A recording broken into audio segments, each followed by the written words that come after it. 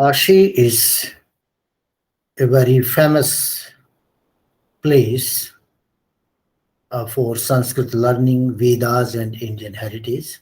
Since time immemorial, the people used to come to Kashi to learn Sanskrit. Even Kalidas, he came to Kashi to learn Sanskrit.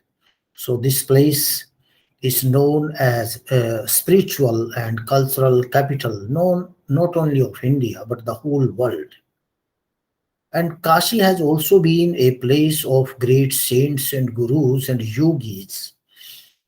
So everybody who wants to attain divinity, or who wants to attain spiritualhood, or who wants to attain knowledge, they used to come over Kashi.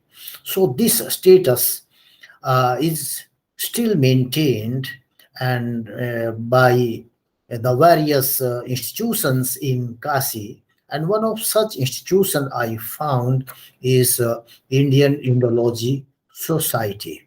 Indian Indology Society is preserving Indian heritage by editing manuscripts and publishing them, because the entire Indian heritage is found in the form of manuscripts. And this is one of the great work that needs to be done today.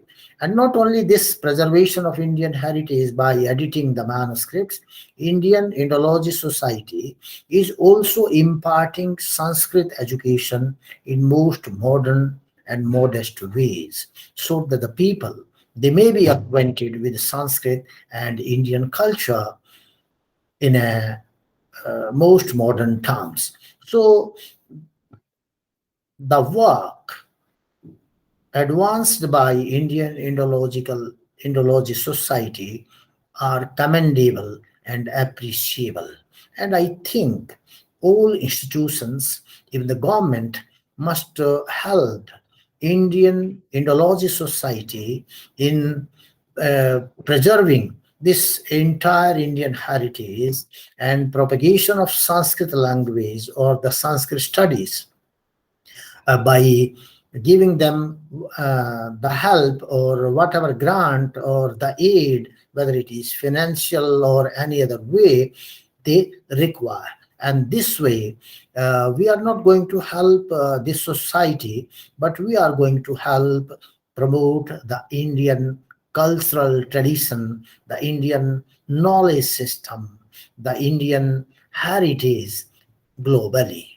And I think this is one of the most charitable work on the part of everybody who is going to help Indian Indology Society.